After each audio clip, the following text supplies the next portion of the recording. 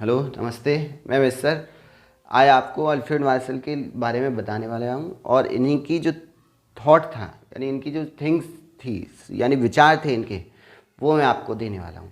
इनका विचार था कि डिमांड एंड सप्लाई किस तरीके से सेटिस्फाई रहेगा, है ना।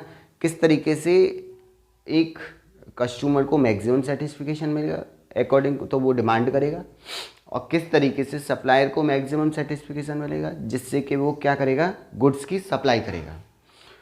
तो उन्होंने ये कहा था कि जब जब आप किसी भी गुड्स में, है ना, प्राइस बढ़ाएंगे, अगर प्राइस इंक्रीज करेंगे किसी गुड्स का, तो डिमांड क्या हो जाएगी, जो कस्टमर है वो ख़रीदना कम कर देंगे। और इन्होंने ये कहा था कि अगर आप प्राइस में इंक्रीज करते हैं तो सप्लायर क्या करेगा, वो ज़्यादा सप्लाई करेगा, यानी जैसे जैसे प्राइस में आप इंक्रीज करेंगे वैसे वैसे सप्लायर क्या करेगा, सप्लाई ज़्यादा करेगा। यही रूल, यही उनका थॉट क्या कहलाया, डिमांड एंड सप्लाई का रूल कहलाया। उन्होंने ये कहा था कि इन दोनों को सेटिस्फाई करने के लिए एक इक्विलिब्रियम पॉइंट आता है जिसमें जो है कस्टमर जिस प्राइस तक वस्तुओं को खरीद सकते हैं या डिमांड कर सकते हैं, और जो सप्लायर है वो उस पॉइंट पे मैक्सिमम मतलब सप्लाई कर सकता है ना, उसको भी सेटिस्फिकेशन मिलेगा। यही पॉइंट इक्विलिब्रियम पॉइंट कहलाया। आज जो मैं आपको बताने वाला हूँ वो लोच निकालने बताने वाला हूँ। कल मैं आपको गुड्स के बारे में बता चुका हूँ, पूरा डिफाइन कर चुका हूँ, जिसमें कि गुड्स जो थी अकॉर्डिंग टू क्वालिटी तीन तरीके की थी। इन्फीरियर गुड्स हो सकती हैं जिसको घटिया बोलते हैं, नॉर्मल गुड्स हो सकती हैं जो सामान्य लोग मिडिल क्लास यूज कर सकते हैं, और लग्जरी गुड होती हैं जो धनी क्लास वर्ग होता है वो उन्हें यूज करता है ना।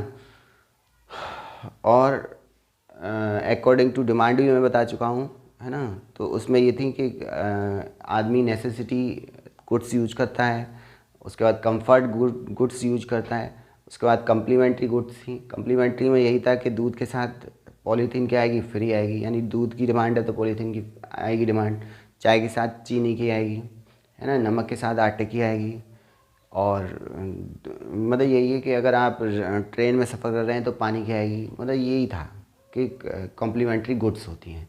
सब्स्टिट्यूट गुड्स होता है कि सेटिस्फिकेशन का जो लेवल है वो चेंज ना हो, और पूरा मतलब सेटरिस पेरिबस एक रूल होता है, उसके अकॉर्डिंग चेंज भी ना हो, और मैक्सिमम सेटिस्फिकेशन मिले, और उसका सब्स्टिट्यूट मिल जाए, है ना, सस्ता मिल जाए। जैसे कि मान लो बाबा रामदेव का टूथपेस्ट क्या हो गया, महंगा हो गया, तो कोलगेट का यूज कर लीजिए, है ना। और कुछ भी आप इसी तरीके से ले सकते हैं जो कि आप उसका सब्स्टिट्यूट मिल जाए, है ना।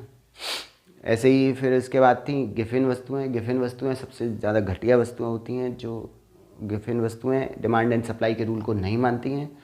और बेवलेन वस्तुएं होती हैं जो आदमी के शाहीपन को दिखाती हैं।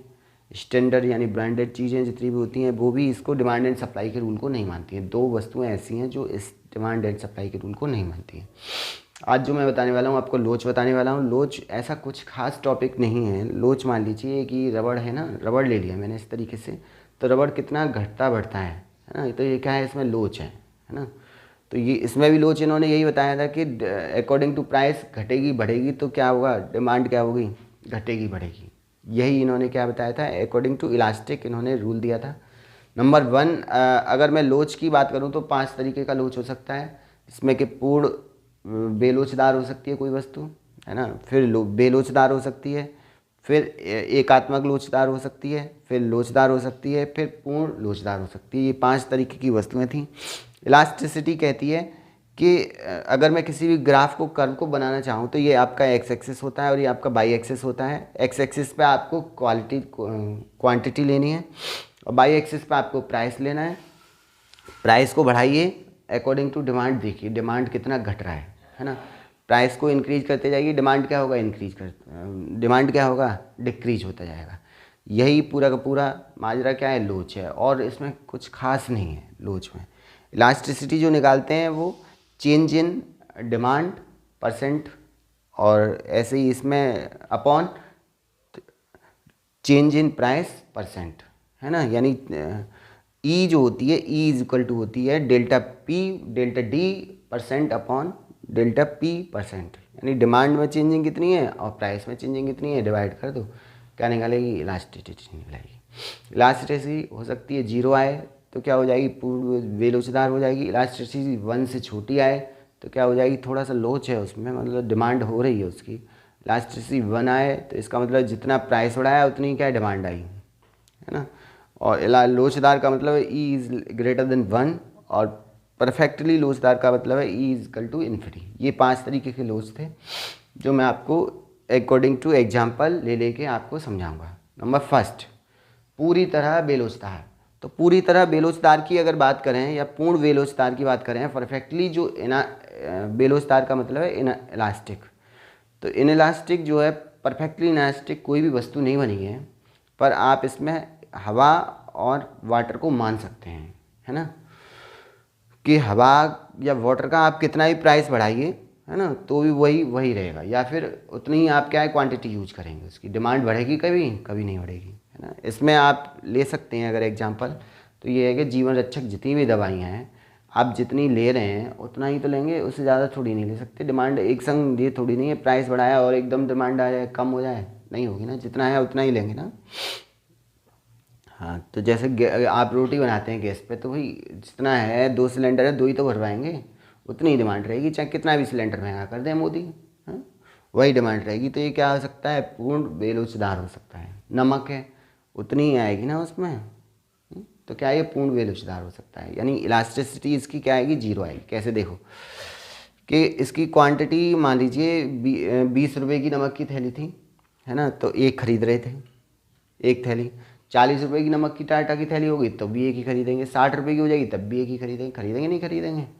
भाई गैस में रोटी बना रहे हैं किसी की, तो मान लीजिए 200 रुपये का सिलेंडर था तब भी एक ही सिलेंडर खरीद रहे थे, है ना। 40 रुपये का सिलेंडर है या तब भी एक ही सिलेंडर खरीद रहे हैं, 400 रुपये का सिलेंडर है तब भी एक ही खरीद रहे हैं, और 1000 का हो गया तब भी एक ही खरीद रहे हैं।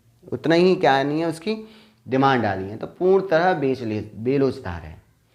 यानी E is equal to change in demand, है ना, अपॉन क्या हुआ बताओ, चेंज इन डिमांड में कुछ हुआ नहीं हुआ ना, तो डिमांड जब चेंज नहीं हुई तो 0, upon change in price. Price में मान लीजिए 400 रुपये का था या 40 रुपये की थी नमक की थैली, अब पहले 20 की थी, अब कितनी की हुई, 40 की, तो कितने का चेंज हुआ उसमें, 20 रुपये का। परसेंट देखें तो कितना हो गया, 100%। 100% का इसमें 100 का भाग दे दीजिए, यहाँ 0% हुआ, यहाँ 100% हुआ। 0 में अगर 100 का भाग दोगे तो कितना आ गया, 0 आ गया। तो इलास्टिसिटी क्या आ गई, 0 आ गई। जब भी इलास्टिसिटी 0 आती है तो मतलब आप कितना भी उसका प्राइस बढ़ाते रहिए, डिमांड वही की वही रहेगी। दैट इज कॉल्ड द पूर्ण बेलोचदार, है ना। इसको बोल सकते हैं परफेक्टली इन इलास्टिक डिमांड। दूसरा है बेलोचदार, इससे थोड़ा सा इसमें लोच आएगा, है ना। आप प्राइस बढ़ाते हैं तो डिमांड 2 बार मतलब 2 गुना करते हैं प्राइस को, तो डिमांड एक हो सकता है कि क्वांटिटी थोड़ी बढ़ जाए इसमें, है ना। वस्तु की कीमत में परिवर्तन अधिक करने पर बट मांग में चेंज क्या होगा, इतना कम ही होगा, है ना। तो पी देखो मैंने 2 इस पे बनाए हैं, 2 बार इंक्रीज हुआ और डिमांड क्या हुआ, एक ही बार इंक्रीज हुआ। यानी प्राइस में 100% अगर कोई भी इंक्रीज हो रहा है तो डिमांड में 25% इंक्रीज होगा, मतलब बहुत मिनिमम, है ना। दैट इज़ द, इसको बोल सकते हैं आप बेलोचदार। ई की वैल्यू 0 से बड़ी और 1 से छोटी, तो क्या हो जाएगा, इनइलास्टिक, बेलोचदार, ठीक है ना। तो इसमें यही है कि मान लीजिए पेट्रोल, है ना, पेट्रोल ले लीजिए, और क्या है, पेट्रोल ले लीजिए। अभी जो मान लीजिए कि 50 रुपये लीटर था, तब भी कितना आदमी यूज कर रहा था, 2 लीटर यूज कर रहा था, है, 2 लीटर यूज कर रहा था। अब 100 रुपये हो जाएगा तो कितनी यूज करेगा, 1.5 लीटर करेगा भाई, इससे ज़्यादा कम क्या कर सकता है ना, थोड़ी सी कमी होगी इसमें, मामूली सी कमी। दैट इज़ द बेलोचदार। ई की वैल्यू 0 से बड़ी और 1 से छोटी, दैट इज़ द बेलोचदार। इसको बोल सकते हैं इन इलास्टिक। पेट्रोल हो गया इसका एग्जाम्पल, है ना। इसके बाद तीसरी की अगर बात करूँ, तीसरी जो वस्तु होती है वो होती है यूनिटरी इलास्टिक, ठीक है, एकात्मक लोचदार। जितना % आपका डिमांड में चेंजिंग होगी उतना % प्राइस में चेंज होगी, यानी प्राइस जितना बढ़ेगा उतना ही डिमांड बढ़ेगी। Same % changing in the price, same % changing in the demand, है ना। यानी मान लीजिए वस्तु की कीमत 20% बढ़ती है तो मात्रा भी आप डिमांड की जो डिमांड कितनी बढ़ेगी मार्केट में 20% ही बढ़ेगी। तो इलास्टिसिटी कितनी हो जाएगी 20% अपॉन 20% तो कितना आ जाएगा 1। फिर 40% हुआ, मान लीजिए 40% चेंज हुई तो 40% वस्तु की कीमत चेंज होगी तो डिमांड में भी कितना आएगा 40%, तो कितना आएगा 40/40 क्या आएगा 1। तो ये ग्राफ जो बनता है वो इस तरीके से बनेगा यूनिटरी, यानी जितनी डिमांड, देखो ये इतना चेंजिंग हुआ है इसमें क्वांटिटी में और प्राइस में भी क्या है इतना ही चेंज हुआ। तो क्या है ये यूनिटरी इलास्टिक हो सकता है। इसके बाद आती है रिलेटिवली इलास्टिक, यानी अपेक्षाकृत इससे क्या है लोचदार है, यूनिटरी से ज़्यादा लोचदार है। तो अगर हम लोचदार मतलब एकदम लोचदार नहीं है, लोचदार तो है, जैसे जैसे आप प्राइस बढ़ाएंगे मांग में क्या है बढ़ोतरी होती है, पर ये नहीं कि एक ही दम बढ़ जाए, है ना। तो ये क्या है लोचदार होती हैं। इसमें लोचदार की अगर बात करूँ मैं तो देखो मान लीजिए कि किसी का आप किराया कम कर देते हैं ट्रेन का, है ना, तो इतना नहीं कि एकदम बढ़ जाए, उसमें मांग हो जाएगी ट्रेन में, है ना। किसी ने कह दिया, सरकार ने कह दिया कि भाई 4 धाम यात्रा कराएंगे, उसमें इतना मतलब मान लीजिए उसमें जो प्राइस में कीमत 20% की कीमत कम कर दें तो जो डिमांड में जो मांग आएगी वो 40% का चेंजिंग होगा।